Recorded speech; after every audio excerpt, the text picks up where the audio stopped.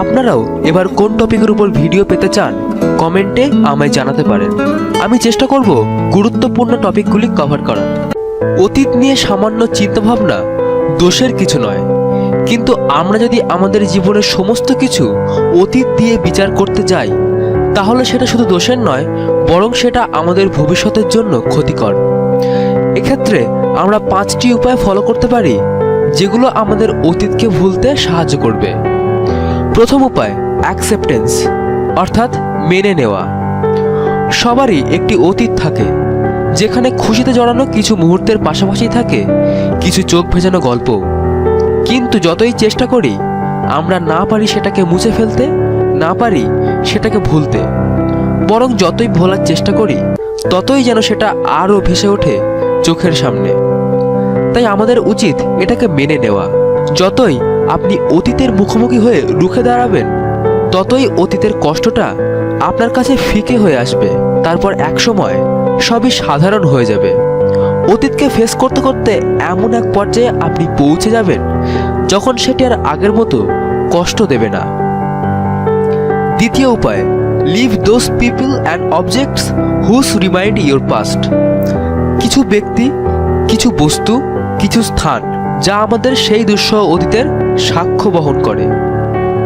সেই সমস্ত মানুষ যাদের কারণে আমাদের অতীত আজ এত বিষাদময়, আমাদের সেই মানুষগুলিকে ত্যাগ করতে হবে।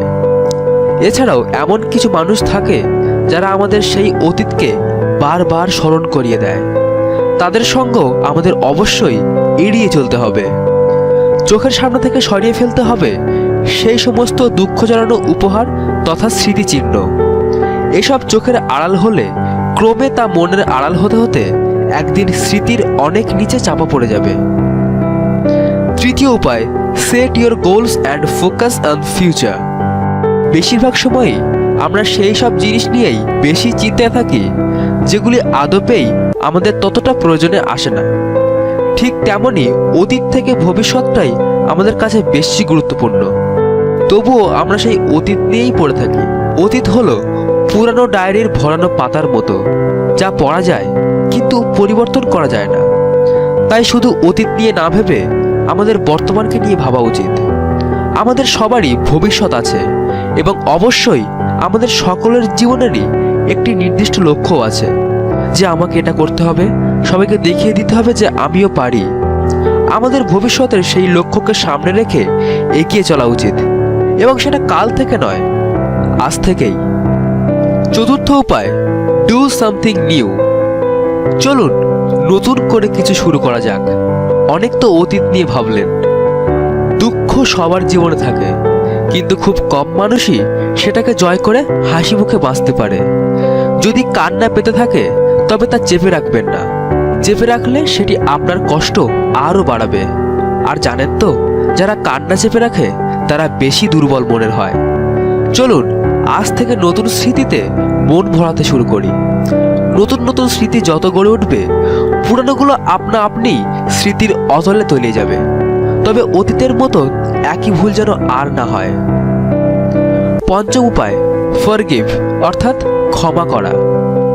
যদি বিশেষ কোনো মানুষের কারণে আমাদের অতীত জীবন বিষাদময় হয়ে থাকে তাহলে তার উপর অযথা রাগ না রেখে তাকে ক্ষমা করে দেওয়া উচিত। আর ভুল তো কখনোই একার দ্বারা সম্ভব হয় না। ঠিক যেমন এক হাতে তালি বাজে না। সকলের খারাপ ব্যবহারের কথা আমাদের ভুলে যাওয়া উচিত নয়, কিন্তু সবাইকে আমাদের ক্ষমা করে দেওয়া উচিত। ক্ষমা করা মানে কারোর অন্যায় বা ভুলকে সমর্থন করা নয়। ক্ষমা করা মানে আপনার উদার মনের পরিচয় দেওয়া। ক্ষমা করা মানে এটা বুঝিয়ে দেওয়া যে আপনার মন অন্য সকলের মতো সংকীর্ণ নয়। আর ক্ষমা এমনই এক উপায় যা দিয়ে সমস্ত ঝগড়াঝাটি, দ্বন্দ্ব অনায়াসেই জয় করে নেওয়া যায়। অনেক সময় আমরা যখন একা থাকি তখনই অতীতের ব্যথা ভরা স্মৃতি মনে আসে। একাকিত্ব দূর করার উপায় নিয়ে আমার চ্যানেলে একটি ভিডিও আছে, লিংক ডেসক্রিপশনে দিয়ে দেব। হাতে সময় থাকলে দেখে নিতে পারেন। উপদেশ হলো এমনই একটি জিনিস যার মূল্য বোকারা বোঝে না আর জ্ঞানীদের প্রয়োজন হয় না, কিন্তু পরামর্শ জিনিসটির আমাদের সবার প্রয়োজন হয়। তাই আমাদের সাথেই থাকুন আর ভিডিওটি শেয়ার করে দিন আপনার বন্ধুদের সাথে। আর আমার নতুন বন্ধুরা প্লিজ সাবস্ক্রাইব করুন। ভিডিওটি দেখার জন্য আপনাকে অসংখ্য ধন্যবাদ। যখন নীরবে দূরে দাঁড়াও এসে, যেখানে পথ বেঁকেছে